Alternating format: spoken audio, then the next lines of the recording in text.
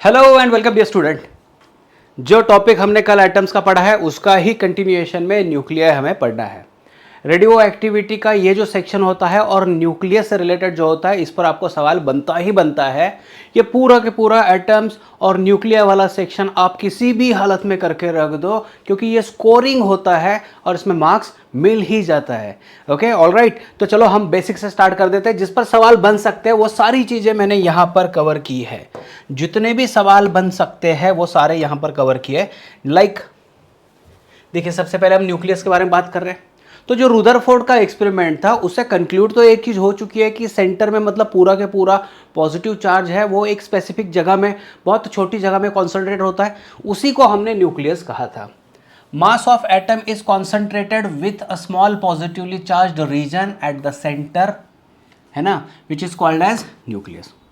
Nuclei are made up of proton and neutron. बहुत ही simple सी चीज़ें चल रही है।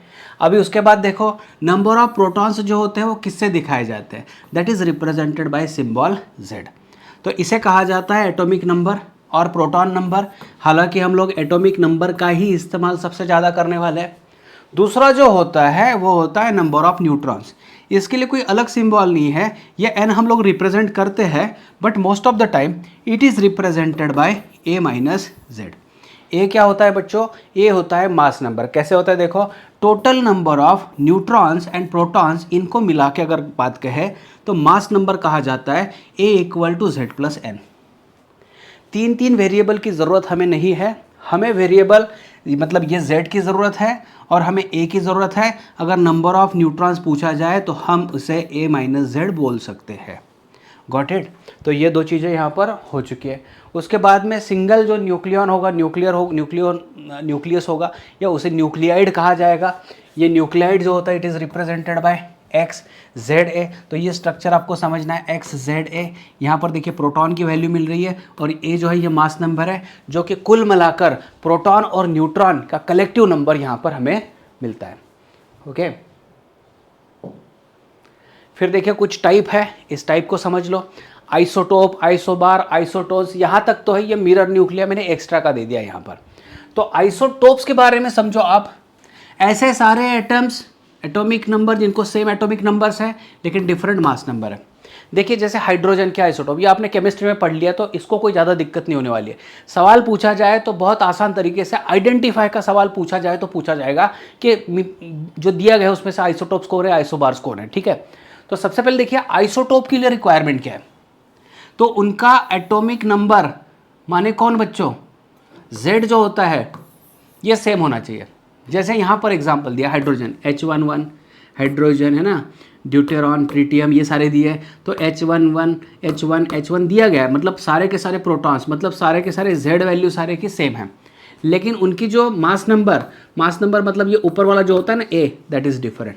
वैसे ये ऑक्सीजन, हीलियम, तो यहाँ सारे ये आइसोटोप्स यहाँ रिप्रेजेंट कर दिए गए। आइसोबार्स का मतलब देखिए जिनकी ए वैल्यू अगर सेम हो, मतलब क्या बच्चों, सेम मास नंबर हो लेकिन डिफरेंट एटॉमिक नंबर हो। जैसे हाइड्रोजन और हीलियम दोनों अलग अलग दिख रहे हैं लेकिन एलिमेंट तो अलग अलग है। लेकिन इसमें देखो आप ए की वैल्यू जो है दोनों में सेम होने वाली है, ए की वैल्यू जो है दोनों में सेम है। फिर कार्बन और नाइट्रोजन, इसको देख लेते हैं। तो कार्बन और नाइट्रोजन में अगर बात करें तो देखिए ए की वैल्यू जो है वो सेम दिख रही है यहाँ पर। गॉट इट, ए की वैल्यू सेम दिख रही है। तो ये हो गया आइसोबार्स। फिर आइसोटोन्स में इक्वल नंबर ऑफ न्यूट्रॉन्स होता है। इक्वल नंबर ऑफ न्यूट्रॉन्स होता है मतलब A माइनस Z को करा दो तो वैल्यू सबकी सेम आने वाली है। जैसे कि बेरियम है और बोरॉन है, तो बेरियम और बोरॉन में 9 माइनस 5 कर दो, या फिर बेरियम में देखो 9 माइनस 5 कर दो, या फिर बोरॉन में 10 माइनस 5 कर दो, तो दोनों में 5 मिलने वाला है। या फिर कार्बन में 13 माइनस 6 कर दो, या नाइट्रोजन में 14 माइनस 7 कर दो। गॉट इट, तो ये कर सकते हैं आप, हो सकता है। ठीक है, तो ये आइसोटोन्स हो गया। मिरर न्यूक्लियाई जो होता है ना, तो इसमें प्रोटॉन और न्यूट्रॉन की वैल्यू इंटरचेंज होती है। प्रोटॉन और न्यूट्रॉन की वैल्यू इंटरचेंज होती है। जैसे कि देखिए यहाँ हाइड्रोजन के पास एक प्रोटॉन है, हाइड्रोजन के पास एक प्रोटॉन, और इसमें न्यूट्रॉन कितने बच्चों, इसमें देखो हाइड्रोजन के पास एक प्रोटॉन है और न्यूट्रॉन कितने हैं, 2 है। यहाँ पर देखिए हीलियम के पास 2 प्रोटॉन्स है, न्यूट्रॉन कितना है, 1। ये कैसे समझ में आएगा आपको, मैं ऐसे समझाता हूँ। देखो इसके लिए अगर बात करें तो प्रोटॉन 1 है और न्यूट्रॉन की वैल्यू 2 है। इसमें अगर आप देखोगे तो प्रोटॉन 2 है और न्यूट्रॉन की वैल्यू, इन दोनों का डिफरेंस करा के 1 करा दो। देखो प्रोटॉन 1 था, न्यूट्रॉन 2 थे, यहाँ पर न्यूट्रॉन 1 हो गया, प्रोटॉन 2 हो गए। बस सेम यहीं पर भी वही चीज़ चलने वाली है। ये करके देख लो, एक बार प्रैक्टिस करके देख लो।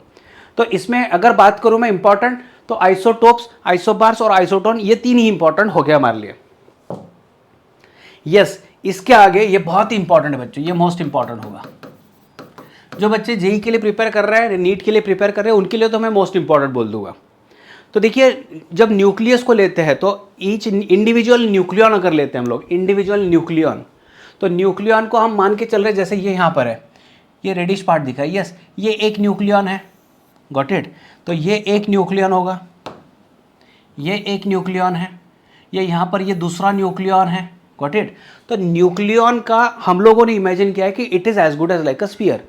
तो ये न्यूक्लियन का जो रेडियस होगा उसे हम कहेंगे R0। ये R0 क्या है, समझ में आ रहा है?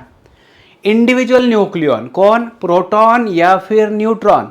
इंडिविजुअल न्यूक्लियन, न्यूक्लियन मतलब इंडिविजुअल प्रोटॉन या फिर न्यूट्रॉन।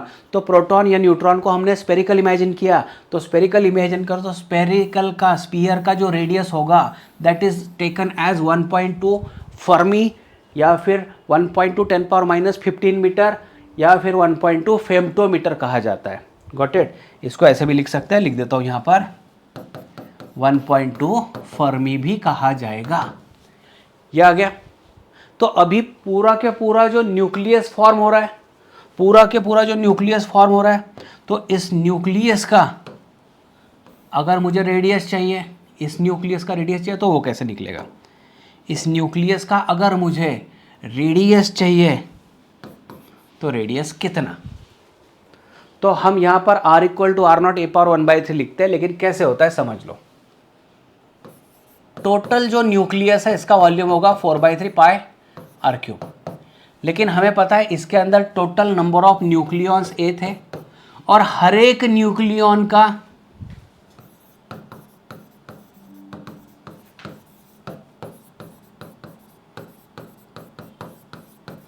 न्यूक्लियन का मतलब बच्चों कलेक्टिवली प्रोटॉन या न्यूट्रॉन को हम लोग बोलते हैं यहाँ पर। तो हर एक न्यूक्लियन का वॉल्यूम 4/3 πr0 का क्यूब था। तो 4/3 π कट हो चुका है, तो r³ is equal to r0³। So r equal to a⁻1/3 और ये r0, मतलब r equal to r0 a⁻1/3। ये वैल्यू मिल चुकी है। तो यही इंपॉर्टेंट है हमारे लिए, यहाँ पर दिखाई गई है। ओके, तो न्यूक्लियस का जो वॉल्यूम होगा, हाँ यहाँ पर देख लो, ये न्यूक्लियस का वॉल्यूम 4/3 πr³। r की जगह पर r0 a⁻1/3 लिख दिया जाए तो क्यूब निकालने की वजह से ऐसा आया। तो volume is directly proportional to mass number, volume is directly proportional to mass number, ये इसको ध्यान में रखना है। फिर न्यूक्लियर डेंसिटी के बारे में बात करते हैं। न्यूक्लियर डेंसिटी देखो कैसे निकाला है।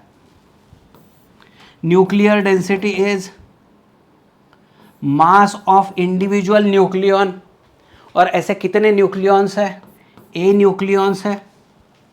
तो टोटल मास ऑफ न्यूक्लियस मैंने यहाँ पर ले लिया, डिवाइडेड बाय वॉल्यूम, तो 4/3 πr³। अगर आप देखो यहाँ पर तो 4/3 πr³ का इस्तेमाल करूँ, r³ का इस्तेमाल करूँ तो मुझे मिलेगा r0 का क्यूब और a मिल जाएगा यहाँ पर। आप अगर गौर करो तो a कैंसिल हो चुका है, तो density is equal to 3m divided by 4 πr0 का क्यूब। सारी की सारी चीज़ें अगर राइट में आप देखोगे तो दीज आर कांस्टेंट। तो यहाँ पर एक चीज़ नोटिस करने वाली है, अगर आपको सवाल पूछ लिया जाए कि यूरेनियम है, हाइड्रोजन है, या फिर ऑक्सीजन है, या नाइट्रोजन है, तो इनमें अगर कंपैरिजन पूछा जाए कि भाई किसका डेंसिटी ज़्यादा होगा, तो बच्चे स्वाभाविक है डेंसिटी यूरेनियम का ज़्यादा बोल देंगे। लेकिन आप यहाँ पर देखो तो density is independent of A value, जो मास नंबर जो हम इसको बोल रहे हैं ना, उस वैल्यू पर डिपेंड बिल्कुल नहीं है। और ये एक वैल्यू कांस्टेंट आती है जो कि 2.38 10⁻17 किलोग्राम पर मीटर क्यूब, आपको ध्यान में रखना है, it is constant for all. तो अगर आपको पूछा जाए कि भाई न्यूक्लियस की डेंसिटी, प्रोटॉन न्यूट्रॉन मतलब न्यूक्लियस की डेंसिटी, यूरेनियम हो, हाइड्रोजन हो, ऑक्सीजन हो, कोई भी हो, तो इनके लिए आप बता सकते हो almost constant. Are you getting this? Hydrogen के लिए एक्चुअली पूछा नहीं जाता है, जो पूछा जाता है वो हेवी न्यूक्लियस के लिए पूछा जाता है। ठीक है बच्चों, ये कुछ चीज़ें ऐड हो गई है। उसके बाद में ये न्यूक्लियर फोर्स जो है उसके बारे में आप समझो। न्यूक्लियर फोर्स जो है ना ये अट्रैक्टिव इन नेचर है, ये बहुत शॉर्ट रेंज नेचर में होता है, बहुत ही शॉर्ट रेंज होता है। और इसका रेंज कितना है 10⁻⁻15 मीटर। इसके बाहर ये गया तो ये एक दूसरे को पहचानते भी नहीं है। अगर आप बात करो न्यूक्लियस के अंदर है, ये स्ट्रॉन्गेस्ट फोर्स है और अट्रैक्टिव फोर्स है और ये चार्ज इंडिपेंडेंट है। ये इसकी जो स्पेशलिटी मैंने हाईलाइट करके दी है, इस पर एक एक पॉइंट पर एक एक सवाल आपको बन सकता है। You getting this one? तो यहाँ देखिए न्यूक्लियस के अंदर और एक नॉन सेंट्रल फोर्स है। नॉन सेंट्रल का मतलब मैं बता दूं आपको पहले सेंट्रल पता होना चाहिए। सेंट्रल फोर्स का मतलब क्या होता है, जैसे हम न्यूटन्स लॉ ऑफ ग्रेविटेशन लेते हैं तो न्यूटन्स लॉ ऑफ ग्रेविटेशन में force between two object is directly proportional to product of masses and inversely proportional to square of distance between them. और जो फोर्स काम कर रहा था, जो फोर्स ग्रेविटेशनल फोर्स काम कर रहा है, वो जो दो प्लैनेट्स को जोड़ने वाली लाइन है, उस लाइन पर वो फोर्स होता है।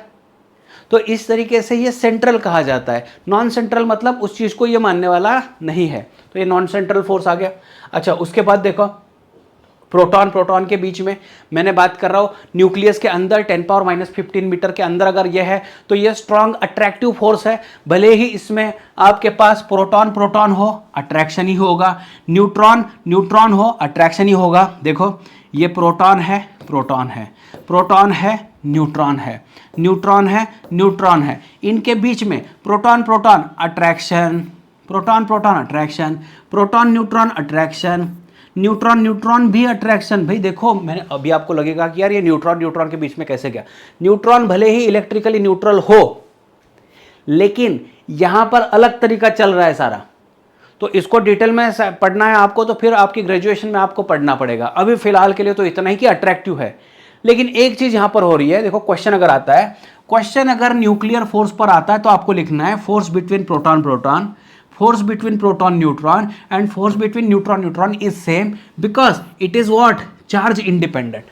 लेकिन प्रोटॉन प्रोटॉन के बीच में एक फोर्स आपने पढ़ा है इलेक्ट्रोस्टैटिक्स में, ये प्रोटॉन को रिपेल करेगा।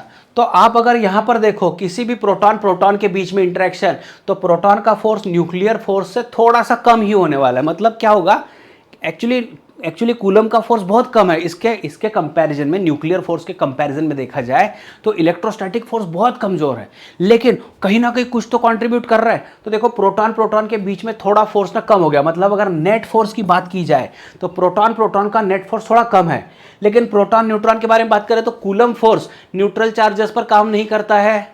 न्यूट्रॉन न्यूट्रॉन न्यूट्रल चार्जेस है, तो कूलम फोर्स सिर्फ प्रोटॉन प्रोटॉन पर काम करने वाला है। इसीलिए सिर्फ नेट फोर्स के बारे में बात हो तो प्रोटॉन प्रोटॉन का नेट फोर्स ये कम होगा और बाकी दोनों जो है सेम हो गया। तो बाकी दोनों से टोटल ये कम होने वाला है, लेकिन प्रोटॉन न्यूट्रॉन न्यूट्रॉन का फोर्स सेम होने वाला है। ये इतनी चीज़ें आपको ध्यान में रह पाएगी बच्चों, कर सकते हो। चलो आगे बढ़ते हैं।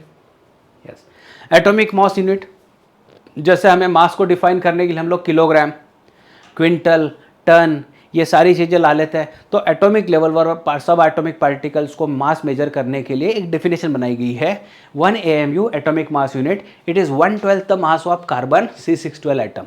और 1 AMU की जब कंपेयर मतलब कैलकुलेट कर दिया जाए तो इसकी वैल्यू है 1.66 10⁻⁻27 किलोग्राम। ये ध्यान में रह पाएगा।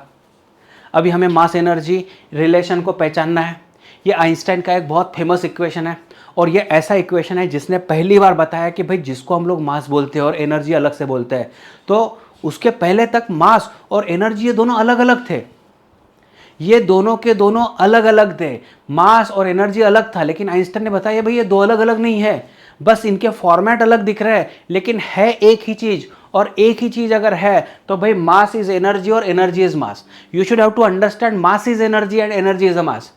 It is, you should not say कि हाँ mass can be converted to energy, okay, energy can be converted to mass, but in pure sense what I will say here कि mass is a energy, energy is a mass, बस यही है, सिर्फ format आपको अलग दिख रहा है इसका।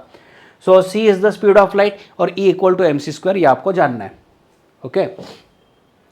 एनर्जी इक्विवेलेंस, तो एनर्जी इक्विवेलेंस तो अभी हमने बताया कि भाई मास इज एनर्जी और एनर्जी इज अ मास, तो इसका कन्वर्शन फैक्टर होना बहुत ज़रूरी है कि चलो 1 AMU को अगर मुझे एनर्जी की तरह इस्तेमाल करना हो तो फिर वो कितना बनेगा। तो देखो 1U × c²। आपको पता है 1 U की वैल्यू अभी हमने पढ़ा है 1.66 10⁻⁻27 किलोग्राम। अगर ये रख दूँ, लाइट की स्पीड रख दूँ और ये जूल में आंसर मिलेगा, लेकिन यहाँ पर इलेक्ट्रॉन वोल्ट में लेना पड़ता है, तो बेटर वे है कैलकुलेशन करने के बाद ये वैल्यू एक मिल चुकी है मिलियन इलेक्ट्रॉन वोल्ट में। मिलियन का मतलब 10⁻6 होता है बच्चों।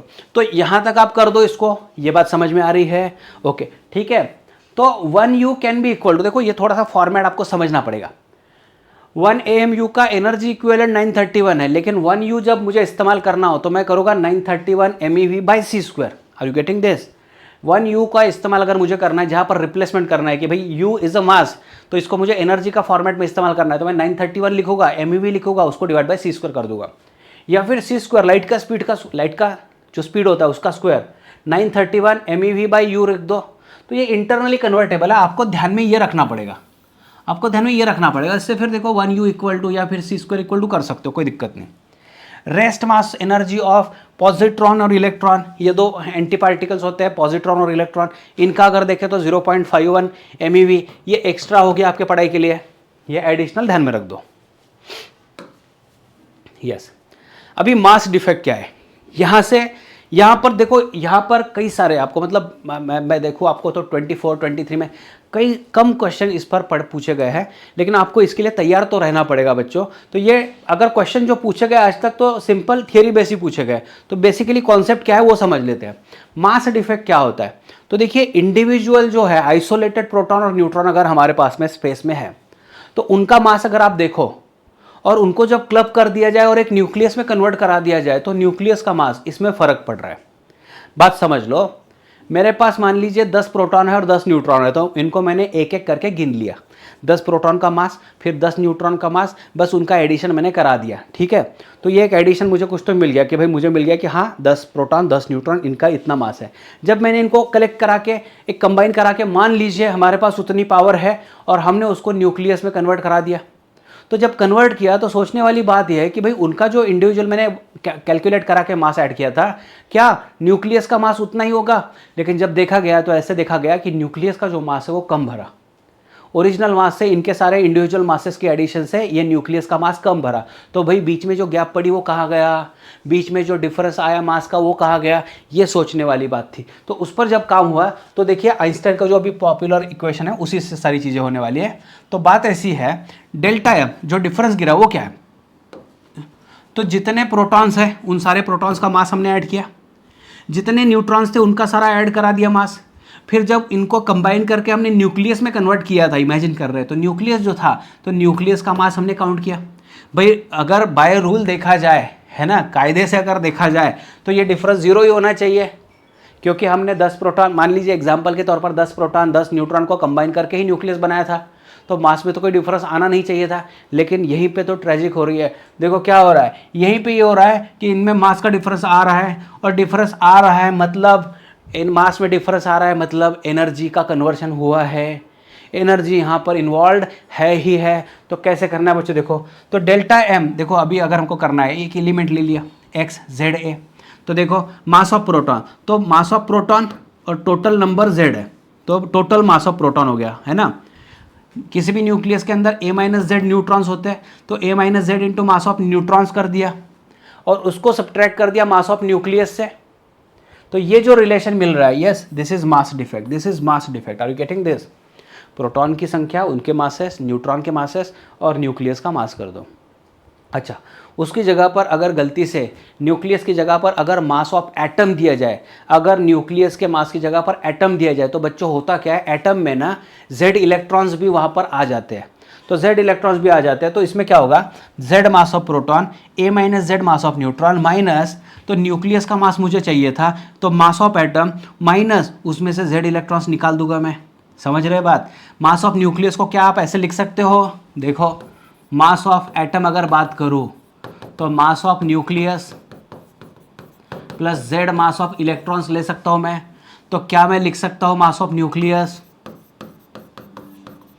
Is equal to mass of atom minus Z mass of electrons. कर सकते हैं? हाँ कर सकते हैं। तो मैंने इसकी जगह पर ये रख दिया। अभी इसको सॉल्व करना है सॉल्व करने के बाद ये z mass of electron minus minus plus करा के इधर ला दिया, तो भाई थोड़ा सा ना चेंज हो गया। अच्छा, इस पर जो सवाल है भाई न्यूमेरिकल सॉल्विंग के रिलेटेड सम्स बहुत कम ही मैं पॉसिबिलिटी बोलूँ आपको आएगा, क्योंकि ये लंबा चौड़ा होता है इसका सॉल्विंग। तो आपको इक्वेशन ध्यान में रखना है। न्यूक्लियस की तौर पर बात करो तो ये फॉर्मूला सही है, लेकिन न्यूक्लियस की जगह पर मास ऑफ एटम आ जाए तो भाई यहाँ पर z mass of proton plus mass of electron यहाँ दिखाना पड़ेगा, ये थोड़ा चेंज करना पड़ेगा। ये हो गया मास डिफेक्ट। अब इस मास डिफेक्ट को मल्टीप्लाई बाय सी स्क्वायर कर दो तो एक एनर्जी मिल जाएगी। तो इतना एनर्जी न्यूक्लियस में से रिलीज हुआ होगा। तो मतलब ये हो रहा है कि जब ये सारे न्यूक्लियॉन्स एक आए, है ना, एक साथ आए न्यूक्लियस फॉर्म करने के लिए, तो जो मास का डिफेक्ट गिर रहा है मतलब वो उतना एनर्जी रिलीज हो चुका है। अभी अगर मुझे न्यूक्लियस को वापस ब्रेक करना हो, इंडिविजुअल न्यूक्लियस में कराना हो, तो मुझे एनर्जी प्रोवाइड करनी पड़ेगी। Are you getting this? So E equal to delta M C square, ये हो गई यहाँ पर एक चीज़। अभी देखो क्या है, E equal to delta M, तो अभी हमने लिखा था z mass of proton a minus z mass of neutron mass of nucleus into C square, बस इतना ही करना है ना। Binding energy of nucleus may be defined as energy equivalent to the mass defect of nucleus, समझ लो। उसके बाद में ये सबसे इंपॉर्टेंट है, ये इंपॉर्टेंट है, बाइंडिंग एनर्जी पर nucleon. Binding energy is a different term, but binding energy पर न्यूक्लियन ये काफी इंपॉर्टेंट है, क्योंकि एक एक न्यूक्लियन को बाहर निकालने में कितनी ताकत लगने वाली है, ये सारी चीजें इसमें एक्सप्लेन की जाती है। तो पर न्यूक्लियन में आपने ऑलरेडी बाइंडिंग एनर्जी निकाल दिया, उसको डिवाइडेड बाय सिर्फ ए करना है, मास नंबर करना है, ये कर सकते हो। तो बाइंडिंग एनर्जी वाला जो फॉर्मूला था हमारे पास में वो ऐसे था, कितना था, z mass of proton a minus z mass of neutron minus mass of nucleus into C square divided by, ये a आ चुका है यहाँ पर। Are you getting this? Binding energy was mass defect into C square divided by ये a। तो इतना लंबा चौड़ा लिखने से बेटर ये है। अभी क्या हो रहा है ना, आपको एक इसका ग्राफ दिखेगा, बाइंडिंग एनर्जी पर न्यूक्लियन वर्सेस a, ये बहुत इंपॉर्टेंट है। ये इस पर जब सवाल पूछे जाते हैं, अभी ग्राफ में ज़्यादा इन्वॉल्व नहीं होना है आपको, ग्राफ में इन्वॉल्व नहीं होना है। ये ग्राफ पर से जो एनालिसिस होता है उसके ऊपर नॉलेज बेस्ड क्वेश्चन पूछ सकते हैं। तो नॉलेज बेस्ड क्वेश्चन पूछने के लिए ज़रूरी जो बातें हैं वो ये हो सकती है,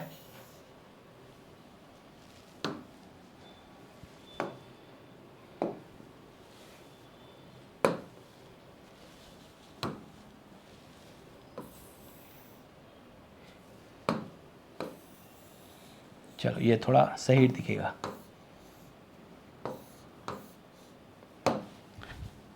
समझ रहे, गॉट इट? तो ये थोड़ा सा सही दिखेगा।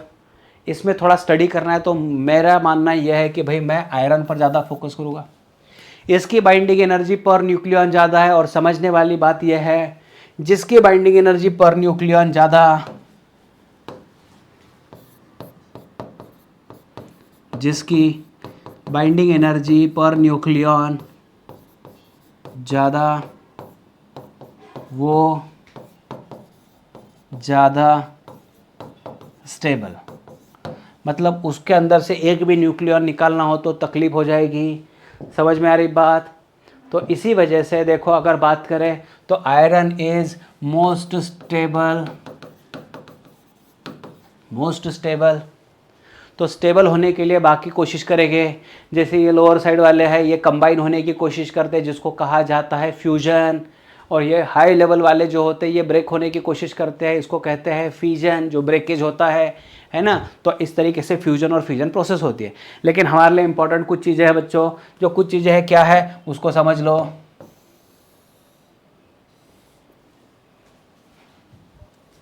चलो कोई बात नहीं, यहाँ पर दिखा देता हूँ।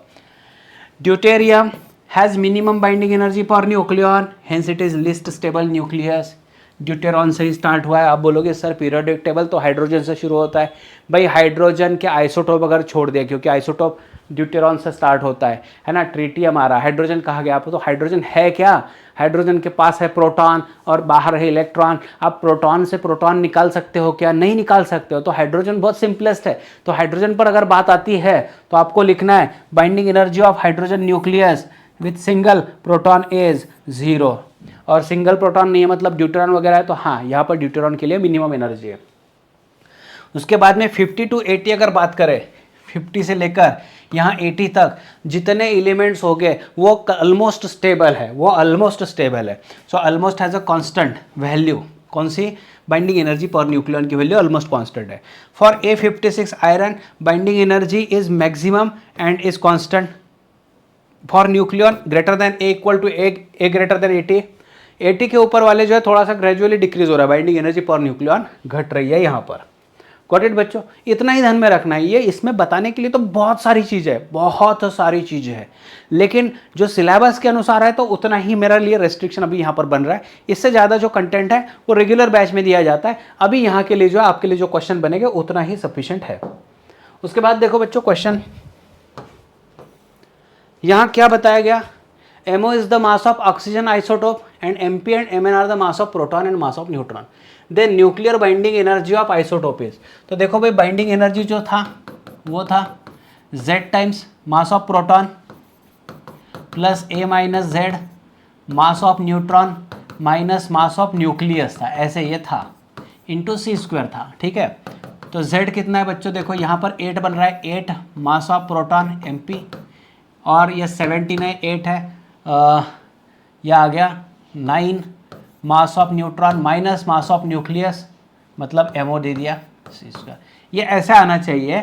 अभी इन्होंने क्या कर दिया ना, थोड़ा सा ये ऑर्डर चेंज करा दिया है, तो MO माइनस करा दिया। ये Q वैल्यू से रिलेटेड आता है आगे, Q वैल्यू एनर्जी रिलीज जो होती है ना वो आती है। इन्होंने क्वेश्चन में सीधे पूछा है the nucleus binding energy of isotope. ठीक है, तो ऐसे होता है, लेकिन इसको ऐसे दिया गया है तो ये आंसर आना चाहिए। न्यूक्लियर रेडिएशंस, तो इस पर कई सारे सवाल हमारे बनते हैं, इस पर ही ज़्यादा सवाल बनते हैं, यह भी आपको समझना पड़ेगा।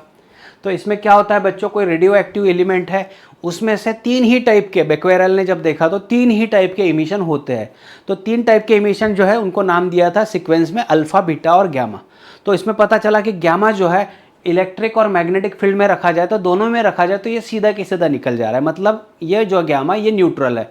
तो बाद में पता चला ये हाई एनर्जेटिक फोटोन है, ये बीम है, एक तरीके से फोटोन है एनर्जेटिक। ठीक है, फिर अल्फा और बीटा को जब देखा गया तो फिर उसके एक्सपेरिमेंट से ये फ्लेमिंग्स लेफ्ट हैंड रूल यहाँ पर लगा के आप कर सकते हो, या फिर इलेक्ट्रिक फील्ड में इलेक्ट्रिक फोर्स का इस्तेमाल कर सकते हो। तो अभी उतना करके नहीं देखना है, आपको ये चीज़ समझनी है कि बीटा पॉजिटिव चार्ज की ओर जा रहा है, मतलब बीटा पर निगेटिव चार्ज होने चाहिए, और अल्फा पार्टिकल है निगेटिव प्लेट की तरफ जा रहा है, मतलब अल्फा पर पॉजिटिव चार्ज होने चाहिए। तो भैया अल्फा बीटा है कौन एग्जैक्टली, उसके बारे में समझो।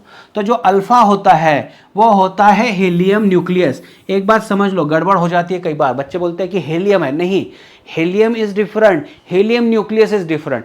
हीलियम जब हम बोलते हैं तो हीलियम के साथ में उसके इलेक्ट्रॉन्स भी आ जाते हैं। हाँ, अगर इलेक्ट्रॉन्स को निकाल के पूरा हीलियम को गंजा कर दो तो जो बचेगा वो उसका न्यूक्लियस बचेगा। तो ये हीलियम के न्यूक्लियस को आप अल्फा बोल सकते हो, कोई दिक्कत नहीं है। ये आ गई बात।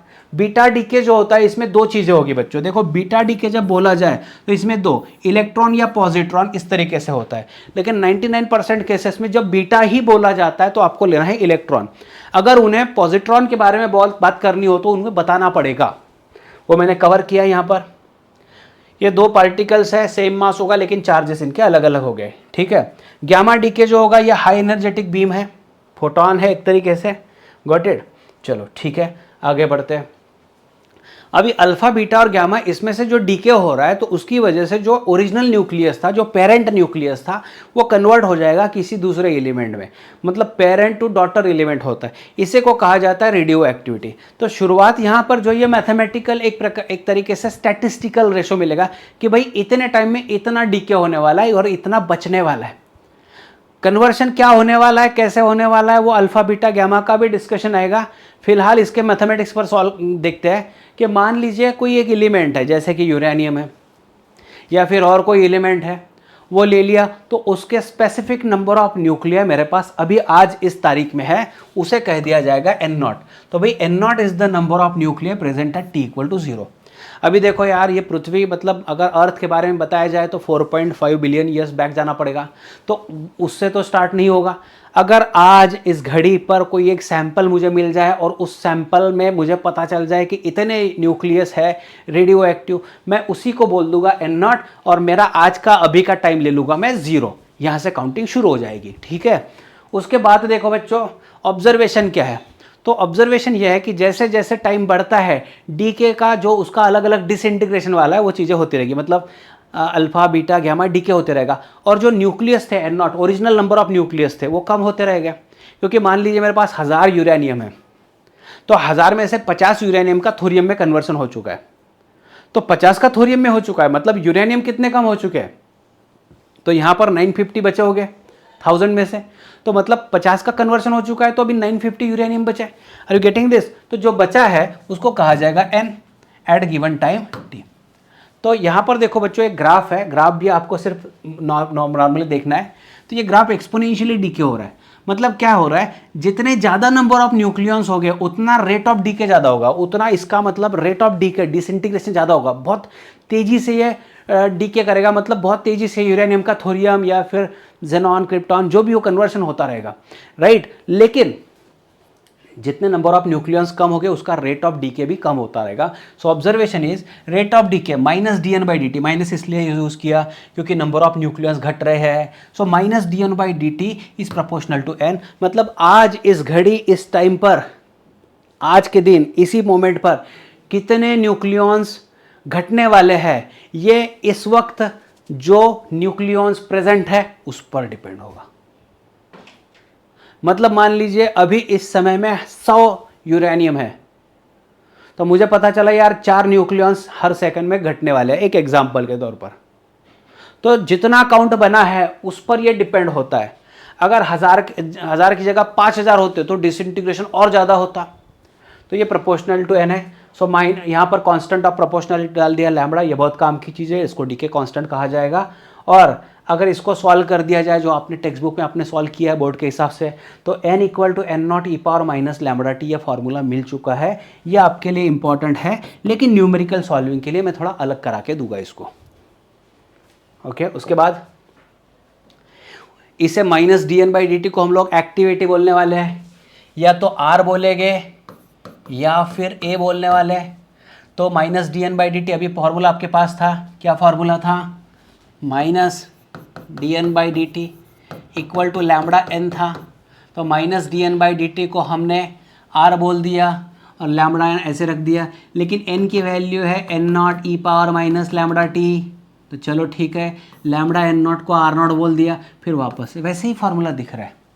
लेकिन यहाँ एक चीज़ जो देखने वाली है कि जो रेट ऑफ एक्टिविटी जिसे कहा गया है वो minus D N by D T है, एक्टिविटी ऐसी इस तरीके से लेते हैं। इसके बाद कुछ यूनिट है, इसको थोड़ा सा रट लो आप। 1 बेक्वेरल 1 डीके पर सेकंड या 1 डिसइंटीग्रेशन पर सेकंड बोला जाता है। रुदरफोर्ड 10 पावर 6 डीपीएस आता है। तो 10 पावर 6 और डीपीएस का मीनिंग बेक्वेरल था, और क्यूरी जो था 3.7 था, 10 पावर 10 बेक्वेरल कहा जाएगा। तो देखो डीपीएस को ही बेक्वेरल कहा जाता है, तो ये बेक्वेरल कॉमन आएगा। तो रुदरफोर्ड और क्यूरी जो है एक एडिशनल यहाँ पर दिया गया है, तो इसको थोड़ा सा ध्यान में रख लो आप। उसके बाद हाफ लाइफ मतलब क्या होता है, जितने न्यूक्लियॉन्स प्रेजेंट है वो किसी एक स्पेसिफिक टाइम के बाद उसकी संख्या हो जाएगी एग्जैक्टली हाफ। इसको सॉल्व करने का तरीका जो आपने बोर्ड में पढ़ा होगा वो फार्मूला ऐसे होता था, कि n इज इक्वल टू जैसे है N not E power minus lambda T. So at small T is equal to capital T 1/2 ऐसा लिखा जाता था हाफ दिखाने के लिए। n becomes N not by 2, और ये दोनों की वैल्यू इसमें रखी जाती थी और इसको सॉल्व किया जाता था। तो भाई सॉल्व करो, बाकी सारी चीज़ें करो। अभी कैसा है, half life is 0.693 by lambda करना है। या फिर ये ऐसे भी दिख सकता है, कैसे दिख सकता है भाई, ln of 2 divided by lambda, ऐसे भी दिख सकता है।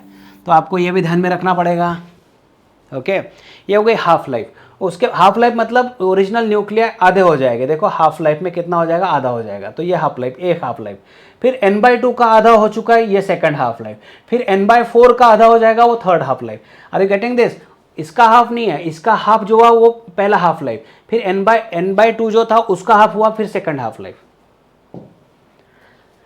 मीन और एवरेज लाइफ, ये एवरेज इन द सेंस, देखो एवरेज बात कर रहे हैं हम लोग, एवरेज इन द सेंस सारा एडिशन करा के, क्योंकि एक न्यूक्लियॉन है उसको डिसइंटीग्रेट होने में शायद सालों लग जाए।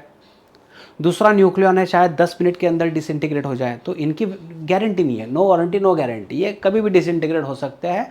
लेकिन इनका एक मीन निकाला जाता है, वो मीन जो मिला है, एवरेज लाइफ जो मिला है सबका मिला के 1/λ मिला है, रेसिप्रोकल ऑफ लैम्बडा। लेकिन हाफ लाइफ आपने पढ़ा है, वो जो था वो 0.693/λ था, बट की जगह पर एज लिख देते हैं, ये था। तो इसी का इस्तेमाल कर लिया, 1/λ को हमने लिख लिया, तो ये भाई ये बड़े काम की चीज़ है। या तो ऐसे हाफ लाइफ और मीन एवरेज जो है उसका रिलेशन, या फिर mean life is equal to इसको रेसिप्रोकल में डाल के 1.44 टी हाफ करा दो, तो इसमें कन्फ्यूजन ना हो। कोई एक ही चीज़ आप सही ढंग से लर्न करके रख लो, सही ढंग से एक ही चीज़ लर्न करके रख लो। अभी ये चीज़ बताई जाती है, अगर डीके हो रहा है एक प्रोसेस से नहीं होगा, अल्फा डीके होगा, बीटा डीके होगा, तो जो भी प्रोसेसेस दी गई होगी, मान लीजिए 2 अलग अलग प्रोसेस से ये डीके हो रहा है, तो आपको नेट इसका निकालना पड़ेगा, अभी डीके कांस्टेंट उस रिएक्शन का है क्या। तो 2 अलग अलग मेथड से अगर डीके होता है तो λ1 एक का डिसइंटीग्रेशन कांस्टेंट होगा अल्फा डीके का मान लीजिए, और बीटा से डीके होता है, क्योंकि न्यूक्लियस पर किसी का कंट्रोल है भाई कि हाँ अभी तू अल्फा भेज, हाँ फिर अभी तू बीटा भेज, तो ऐसे नहीं कंट्रोल हमारा। तो अल्फा बीटा जो भी डीके हो रहा है उसके हिसाब से λ1 λ2 लिख सकते हैं हम लोग। लेकिन लैम्बडा जो होता है वो 0.693 हाफ लाइफ होता है, फिर 0.693 पूरा रिएक्शन का हाफ लाइफ आ गया, 0.693 ये सेकंड मेथड वाला हाफ लाइफ आ गया। तो इसको अगर सॉल्व करा दे तो हाफ लाइफ एवरेज मतलब टोटल हाफ लाइफ वो रिएक्शन का जो होगा, एक ही न्यूक्लियस है वो अलग अलग तरीके से डिसइंटीग्रेट हो सकता है, तो उसका एक एवरेज निकाल दिया कि हाँ half life T1 T2 T1 + T2। और कैपिटल T और टॉ में रिलेशन आपको पता है, तो सॉल्व करने के लिए यूज़ हो सकता है। यह है shortcut. Number of nucleons n जो है this is number of nucleons at given instant, और n0 बच्चों क्या था, इनिशियल नंबर ऑफ न्यूक्लियॉन्स होता था। Got it. वैसे ही मास के बारे में देखो, नंबर ऑफ न्यूक्लियॉन्स प्रेजेंट है तो उसके हिसाब से ही मास रहने वाला है। तो मास जितना प्रेजेंट है, मास पहले जितना था, एक्टिविटी अभी जो बन रहा है, एक्टिविटी जो पहले था, तो इसका सारे का सारा निचोड़ जो है ये 1/2 पावर n।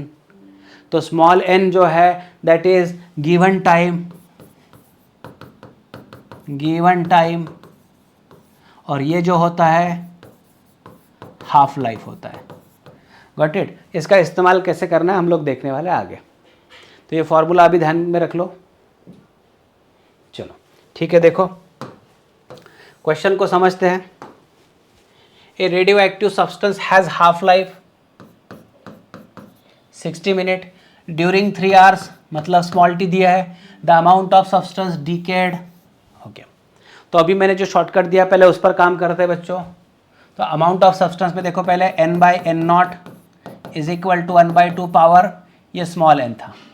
स्मॉल n का मतलब small t by capital T, ये हाफ था।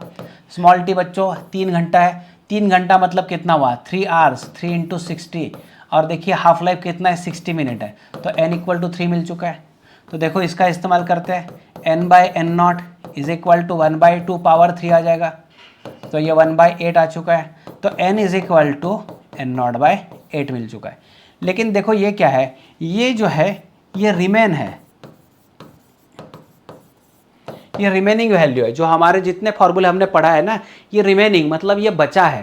क्वेश्चन में पूछा है डीके, डीके का मतलब क्या हो गया, तो n' is equal to n0 minus n कर सकते हैं। डीके का मतलब समझ में आ रहा है। देखो ये जो n है ये बचा हुआ है एट इंस्टेंट। देखो हमने स्टेटमेंट क्या डाला था, number of nucleons at given instant. जो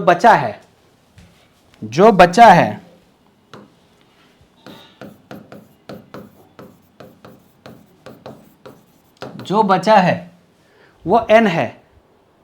लेकिन इन्होंने बोला है कि भाई डीके कितना हो गया, तो आपको ओरिजिनल वैल्यू पता है और जो बची है पता है, तो बीच का जो डिफरेंस आ रहा है भाई वो गायब हो चुका है। तो आपको कैसे करना पड़ेगा, यहां पर समझो, n0 माइनस n की वैल्यू n0/8 थी, तो this is equal to 7/8 n0 आ गया। अच्छा, इन्होंने परसेंटेज के टर्म में बात की है, तो परसेंटेज के टर्म में अगर बात करूँ, मान के ऐसा चलते हैं 7/8, मैं इसको 100 मान के चलता हूँ परसेंटेज के हिसाब से। मान के चलो ना कि एन नॉट की वैल्यू 100 है, मान के चलते हैं कि एन नॉट की वैल्यू 100 है, 100% था, एन नॉट मतलब 100% था। तो कितना हो रहा है बच्चों, ये 700 डिवाइडेड बाई 8 आ रहा है, 8 8 जा 64, फिर 6 बचा, फिर 60 आया,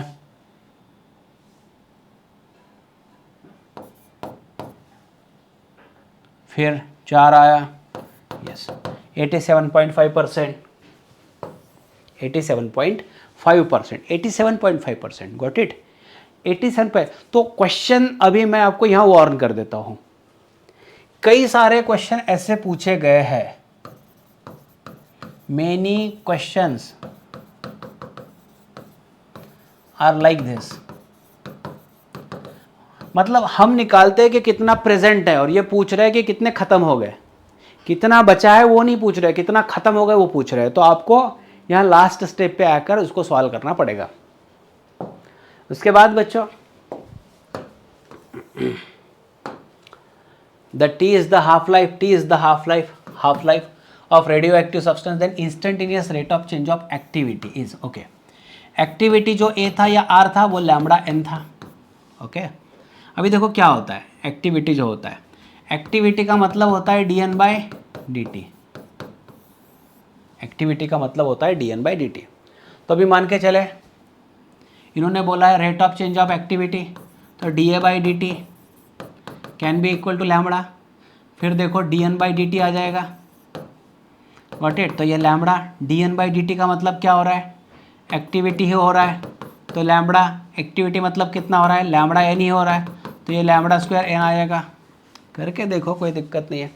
अभी क्वेश्चन इज अबाउट टाइम, तो देखो लैम्बडा 0.693/t होता था, तो lambda square will be proportional to 1/t², तो कहीं ना कहीं यहाँ पर dA/dt will be proportional to 1/t² आ जाएगा, मतलब प्रोपोर्शनल टू t⁻⁻² आ जाएगा। तो ये आंसर बन रहा है। क्यों हो रहा है समझ लो, एक्टिविटी का मतलब dN/dt था, तो एक्टिविटी का मतलब dN/dt था, बस उसका मतलब एक्टिविटी का मतलब लैम्बडा एन भी था, इसी को इंटरचेंज करा के इस्तेमाल किए। उसके बाद ठीक है, half lives of two radioactive elements A and B are 30 minutes and 60 minutes. Okay. Initially the samples have same number of nuclei. After 120 minutes the ratio of, देखो यहाँ पर वहाँ पर से डिकेड पूछा गया, तो हम अगर Na के बारे में बात करें, Na बाई N0 1/2 पावर कितना बच्चों, देखो हाफ लाइफ 30 मिनट है पहले का, और आफ्टर टाइम मतलब ये जो टाइम है ये हाफ लाइफ है, सॉरी ये स्मॉल टी है जनरल टाइम है, और ये हाफ लाइफ ऑफ ए है, और ये जो है ये हाफ लाइफ ऑफ बी है। तो समझ लो यहाँ पर टी एन का मतलब स्मॉल स्मॉल देखो यहाँ पर पावर एन लिखना, तो आपको पता है जो स्मॉल एन होता है वो time divided by half life होता था। तो अभी टाइम जो है 120 है और हाफ लाइफ जो है ए का 30 है, तो एन ए की वैल्यू मिल चुकी है N0 4, तो ये आ गया N0 16, तो Na डैश जो बचा है देखो डिकेड, तो Na तो भाई बचा है, ये बचा है, तो भाई N0 में से मैं Na को निकाल दूँ तो कितना होगा, N0 माइनस N0/16, तो N0/16 मतलब भाई ये 15/16 ऑफ N0 हो चुका है, ये इसको ऐसे रख देते हैं। उसके बाद में B के बारे में बात करते भाई, तो NB/N0 है ना, इसको कैसे करना देख लो, तो इसको करते हैं 1/2, 120 डिवाइडेड बाई 60 था, तो यह आ गया 1/2 पावर 2, तो NB/N0 इज इक्वल टू 1/4, तो NB की वैल्यू आ गई है N0/4। तो भाई कितना डिकेड हुआ है, ये जो है ये बचा हुआ है तो ये बचा है, तो डिकेड कितना है, N B dash N B minus, हाँ sorry, N not minus N B, तो N not minus N B was N not by 4, so that is equal to 3/4 N not. तो लास्ट में अभी आपको रेशो निकालना है, तो रेशो क्या है, ratio of decayed nuclear N B dash to N A dash, तो डैश डैश में निकालना है। ये 3/4 हो चुका है, और एन ए डैश में मुझे 15/16 लिखना पड़ेगा, तो नीचे 15 आ गया, ऊपर 16 आ गया, तो भाई 4/5 मिलना है। ये आंसर आ चुका है 4/5। इतना लंबा चौड़ा करना पड़ेगा और स्पीड से करना पड़ेगा, थोड़ा लंबा चौड़ा हो गया लेकिन स्पीड से भी काम करना पड़ेगा। ओके, और वो n equal to N not E power minus lambda T में बिल्कुल मत पढ़ो, इससे ही करना है। यस, अभी नेक्स्ट क्वेश्चन देखो यहाँ क्या हो रहा है। A2 radioactive substance A and B decay constant 5 lambda and lambda respectively. At T equal to 0 they have same number of nucleons. ठीक है, न्यूक्लियन दोनों का सेम है। The ratio of number of nucleon A to that of B after time interval. तो भाई ये survived जो है उनसे रिलेटेड क्वेश्चन पूछा गया, लेकिन यहाँ 1/e का पावर 2 इसके बारे में पूछा गया। तो 1/e का पूछा गया मतलब हमें ओरिजिनली जो फॉर्मूला था उसका इस्तेमाल करना पड़ेगा, Na equal to N not E power minus, तो देखो ए से रिलेट कर रहा है 5 लैम्बडा, लैम्बडा टी तो 5 लैम्बडा, और आफ्टर कितना, आफ्टर ए टाइम इंटरवल, ठीक है पता नहीं मुझे टाइम। एन बी के बारे में बात करो तो N not E power minus lambda, और टी डाल दिया मैंने। ओके, तो ratio of nuclear A to that of B, N A by N B अगर करते हैं तो E power minus 5 lambda T is equal to, यहाँ पर देखो इसको नीचे ला लेते हैं, 1/e power minus lambda T plus 5, minus lambda T plus 5 lambda T, तो Na by N B is equal to, ये देखो 1/e पावर 4 लैम्बडा टी आ चुका है, इतना तो आ चुका है। अभी सवाल जो बन रहा है वो ये है, इन्होंने बोला है कि the ratio of A to that of B will be, A to B is 1/e² आ गया, तो इसका मतलब e power 4 lambda T is equal to e power 2 होना चाहिए, e पावर 2 होना चाहिए after a time interval. Okay, तो ठीक है, 4 लैम्बडा टी का मतलब 2 हो चुका है, इनको कंपेयर कर दिया तो भाई टी का मतलब हो गया 2/4 लैम्बडा, तो 1/2 लैम्बडा आना चाहिए।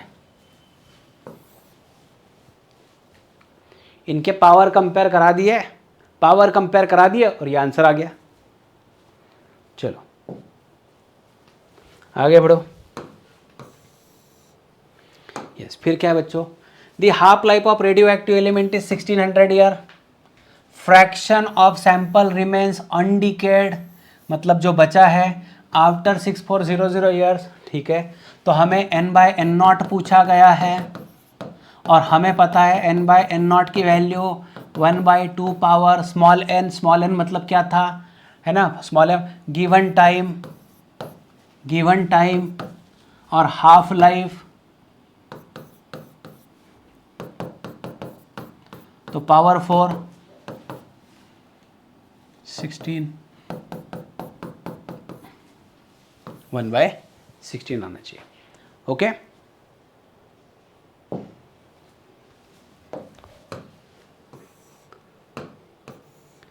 ये होमवर्क करके देखना है।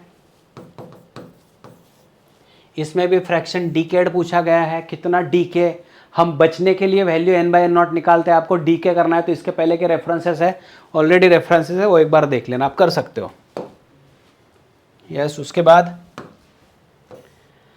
फिर क्या पूछा है, the 2 different radio active elements with half life T1 and T2 have undecayed atoms N1 and N2 respectively present at given instant.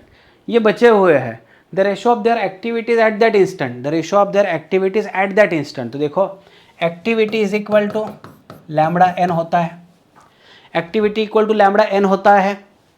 तो एक्टिविटी एक और एक्टिविटी दूसरा जो होगा लैम्बडा 1 n1 डिवाइडेड बाय यहाँ पर लैम्बडा 2 n2 हो जाएगा। एक्टिविटीज लैम्बडा एन होता है, तो अभी 1 एलिमेंट है, उसके नंबर ऑफ न्यूक्लियस n1 है, जितना बचा है उस पर एक्टिविटी डिपेंड होता है। तो अभी क्या होगा, और लैम्बडा आपको पता है 0.693 डिवाइडेड बाय हाफ लाइफ होता था। तो इसके अनुसार अगर बात करें तो लैम्बडा 1 तो रेसिप्रोकल ऑफ T1 आ जाएगा, और लैम्बडा 2 नीचे है तो यहाँ T2 आ जाएगा, और बाकी N1 N2 तो था ही था। तो N1 T2 N2 T1, C option आ गया। आसान है। यस। उसके बाद में ये डीके से रिलेटेड क्वेश्चन पूछे जाते हैं। तो यहाँ पर देखो अल्फा डीके के बारे में बात हुई है। अल्फा डीके में जो एलिमेंट है देखो एक्स जेड ए, तो अगर अल्फा डीके होता है तो प्रोटॉन की संख्या 2 से कम हो जाती है। समझ लो, प्रोटॉन की संख्या 2 से कम हो जाएगी और जो मास नंबर होगा वो 4 से कम हो जाएगा। तो देखो y z-2 और यहाँ पर a-4 कर दिया। समझ में आ रहा है बच्चों? यहाँ पर z की वैल्यू z-2 हो चुकी है और यहाँ पर a-4। लेकिन समझना है अल्फा डीके में हीलियम न्यूक्लियस आता है, तो एडिशन देख लो इनका z-2 + 2 z आ गया, a-4 + 4 यहाँ पर भी a आ चुका है। तो वही हो रहा है। तो आपको समझने वाली बात यह है z डिक्रीज बाय 2 और a डिक्रीज बाय 4 होता है। Q वैल्यू जो होती है जब ये डिसइंटीग्रेशन होता है तो जो प्रोडक्ट जो तैयार हुआ है उसको काइनेटिक एनर्जी मिलता है। तो कितना काइनेटिक एनर्जी मिला ये Q वैल्यू बताता है। तो इसको लिखने का तरीका है, देखो Q वैल्यू को लिखने का, देखो energy difference, binding energy was different लिखा था हमने। Q वैल्यू लिखने का तरीका mx माइनस my माइनस इसका हीलियम का मास इंटू c² करना है। तो लिखने का तरीका है जो पहला जो एलिमेंट है वो माइनस बाकी के कर दिए। ठीक है, ये हो गया। Q is also a net kinetic energy gained in the process, और if initial nucleus X is at rest, the kinetic energy of the products बताया गया। Q greater than 0 for exothermic and alpha decay में होता है, positive होता है क्योंकि alpha decay spontaneously हो रहा है, तो ये जब डिसइंटीग्रेट होता है तो इसको काइनेटिक एनर्जी मिलने वाली है। एग्जाम्पल यूरेनियम 92-238 का थोरियम में कन्वर्ट करा दिया तो हीलियम मिल चुका है। तो ये रिएक्शन काफ़ी देख लो आप, रिएक्शन काफ़ी इंपॉर्टेंट होगी। The Q value of nuclear reaction is the difference between the initial mass and the total mass energy of decade product. बस वही है, आगे बढ़ो। बीटा डीके में थोड़ा सावधानी बरतना पड़ेगा। बीटा डीके जो है ना वो बहुत बेरहम है यहाँ पर। बीटा डीके के लिए समझ लो दो तरीके से है। बीटा डीके में अगर बीटा डीके ही बोला जाए तो भाई इसी के बारे में बात हो रही है, लेकिन बहुत स्पेसिफाइड अगर बताया जाए कि हाँ पॉजिट्रॉन है तो आपको थोड़ा सा दिक्कत आएगा। तो देखो बीटा डीके में दो तरीके हैं। इलेक्ट्रॉन मतलब बीटा माइनस, जिसको लिखने का तरीका होता है ई, नीचे -1 और ऊपर 0 लिखना है। पॉजिट्रॉन जो होता है बीटा प्लस, तो लिखने का तरीका है ई +1 और ये ऊपर 0 लिखना है। ये दोनों को समझ में आना चाहिए आपको। जैसे कि अभी देखो एक्स एलिमेंट में से बीटा डीके हो रहा है, तो जब बीटा डीके हो रहा है तो बीटा डीके मतलब ये डीके हो रहा है। इसके साथ साथ ऐसे पता चला कि एक एंटी न्यूट्रिनो भी मिलता है। ये क्या चीज़ होती है, क्या भला होता है, दिमाग में मत लाओ, अभी आगे चलकर आपको पढ़ना ही पढ़ना ये सारी चीज़ें। अभी सिर्फ इतना है कि बीटा डी कह रहा है उसके साथ एक एंटी न्यूट्रिनो, एक पार्टिकल भी आया है कंजर्वेशन ऑफ मोमेंटम के लिए। तो इक्वेशन अगर मैच कराना हो तो यहाँ अगर -1 है, यहाँ तो z था तो यहाँ मुझे z+1 देना पड़ेगा। तो कंक्लूजन क्या है बच्चों, कंक्लूजन क्या है ये समझ लो। बीटा डीके अगर होता है, अगर इलेक्ट्रॉन इजेक्ट होता है तो z की वैल्यू 1 से बढ़ जाती है। तो z की वैल्यू 1 से बढ़ जाती है, ये आपको यहाँ पर समझना है। इसमें z की वैल्यू 1 से बढ़ जाती है, z 1 से बढ़ जाता है, बस इतना ध्यान में रख लो। लेकिन यहाँ पर देखो अगर पॉजिट्रॉन इमिट होता है, पॉजिट्रॉन तो उसके साथ न्यूट्रिनो आता है, और यहाँ पर देख लो इसको z 1 से घट जाता है,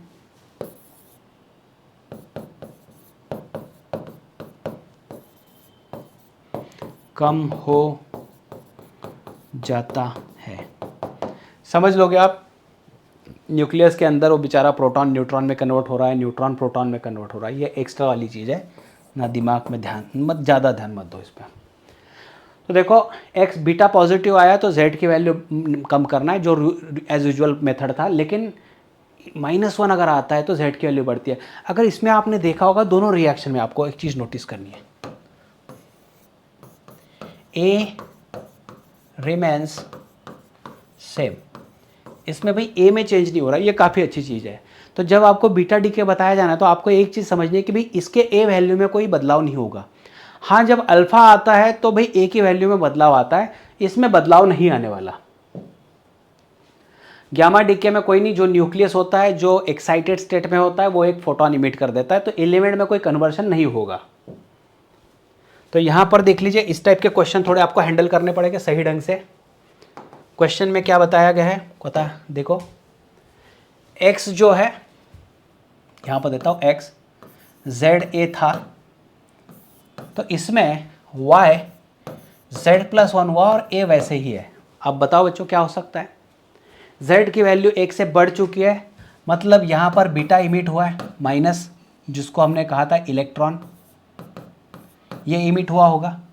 फिर उसके बाद में इन्होंने बोला है कि ये k में वैल्यू में कन्वर्ट हो गया, Z-2 है, और देखो a की वैल्यू 4 से घट चुकी है, तो a की वैल्यू तभी घटती है जब अल्फा पार्टिकल आता है।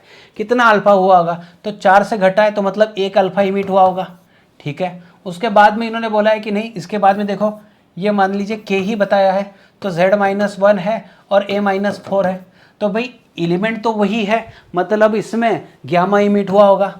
तो क्या क्या हुआ बच्चों, बीटा, अल्फा और गामा, बीटा, अल्फा और गामा यहाँ पर इमिट हुआ, बीटा, अल्फा और गामा, ये सीक्वेंस ध्यान में आना चाहिए। उसके बाद देखो क्या है, यूरेनियम जो है ये पीबी में कन्वर्ट हुआ है, लीड में कन्वर्ट हुआ है। When uranium nucleus decays to lead, number of alpha and beta decay. तो मैं इसके लिए थोड़ा सा आपको बेटर आइडिया दे देता हूँ। आपको देखो एक पता है कि इस पर अल्फा बीटा दोनों इमिट होने वाले हैं, लेकिन अल्फा की वजह से ए की वैल्यू चेंज होने वाली है। तो मैं पहला इस पर फोकस करूंगा, 238 - 206, इस पर फोकस करूंगा।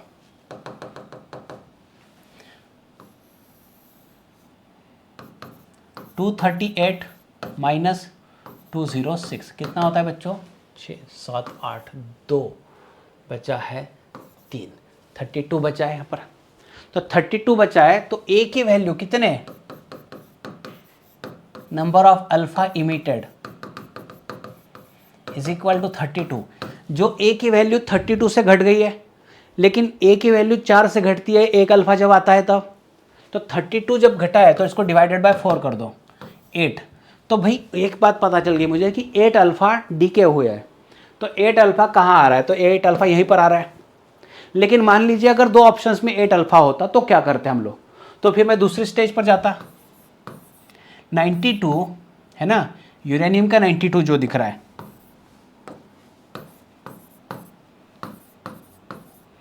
इसमें से 8 अल्फा अगर रिजेक्ट होते थे तो भाई इसका वैल्यू कोई ना कोई मान लीजिए y में कन्वर्ट होता, 238 का 206 हो जाता, और 92 का देखो एक अल्फा में 2 प्रोटॉन निकलते हैं, तो 8 अल्फा, 8 2 16, इसमें से 16 कम करा दो, तो 92 - 16, 6 बज गया है, 8 मतलब 7 बज गया है, तो 76, जो 76 बचना चाहिए था यहाँ पर, तो 76। लेकिन भाई 76 तो यहाँ पर कहीं नहीं दिख रहा है, यहाँ 82 दिख रहा है। तो अभी आपको क्या करना पड़ेगा, इसको 82 कराना है। तो मान लीजिए PB 206 वैसे, लेकिन इसको 82 में कन्वर्ट कराना, मतलब मुझे 6 बीटा इमिट कराने पड़ेंगे, क्योंकि 6 इमिट किया तो ही ये 82 हो पाएगा। Got it. तो 8 अल्फा और 6 बीटा आ चुका है।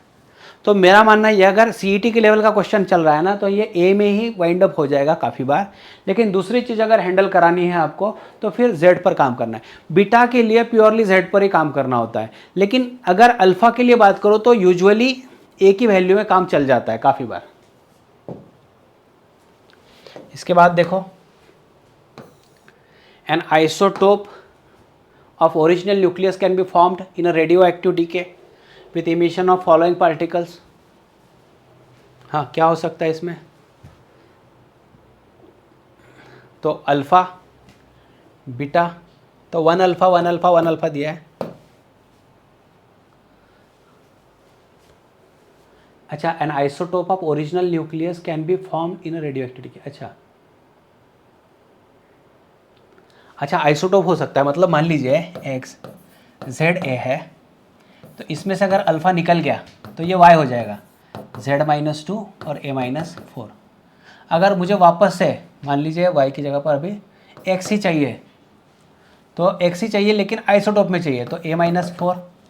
और यहाँ पर अगर मैं 2 बीटा को इमिट कराता हूँ तो 2 बीटा को इमिट कराने की वजह से z की वैल्यू 2 से बढ़ जाएगी, तो z-2 + 2 ये हो गया।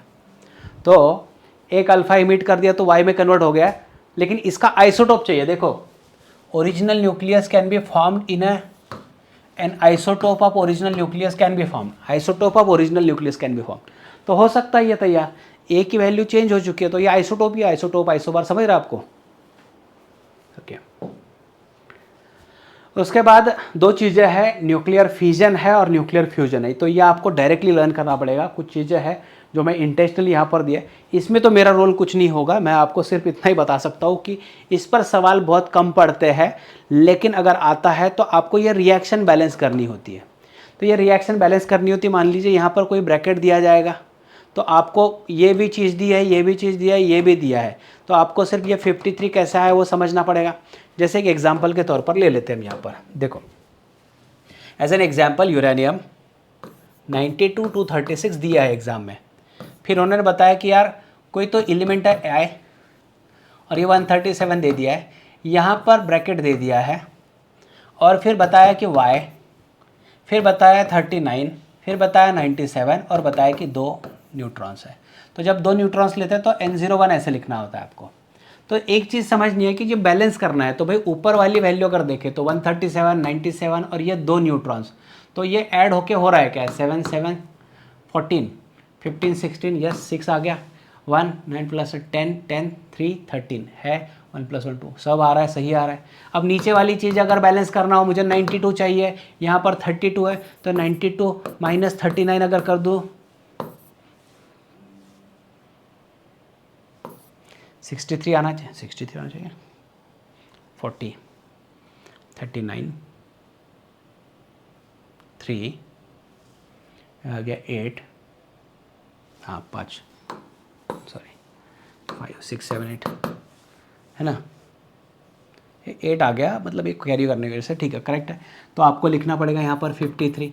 बस ऐसे इस तरीके से ये बॉक्सेस फिल कराने होते हैं।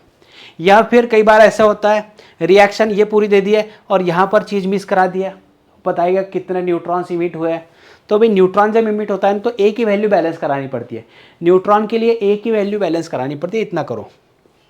और लास्ट में इतना जो इसका जो है न्यूक्लियर फ्यूजन की प्रोसेस जो है, जो आपको सिलेबस में दी है, हाइड्रोजन हाइड्रोजन के जो है 2 कॉम्बिनेशन यहाँ पर दिए गए, ड्यूटेरॉन ड्यूटेरॉन, तो हीलियम हो रहा है, और एनर्जी जो है 24 मिलियन इलेक्ट्रॉन वोल्ट की एनर्जी रिलीज हो रही है, बस इतनी चीज़ है।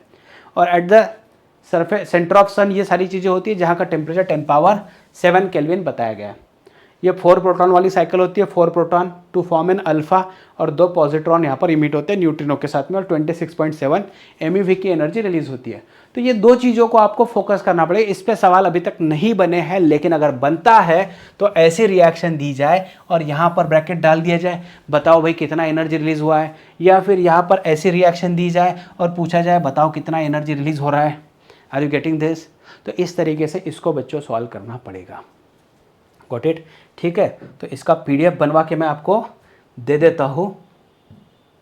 बाकी तो सारी चीज़ें आपको मिल चुकी है।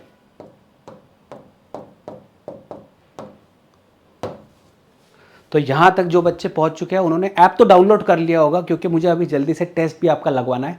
तो जिन बच्चों ने अभी तक ऐप डाउनलोड नहीं किया होगा तो ऐप भी डाउनलोड कर लो। गॉट इट बच्चों? चलो, थैंक यू वेरी मच।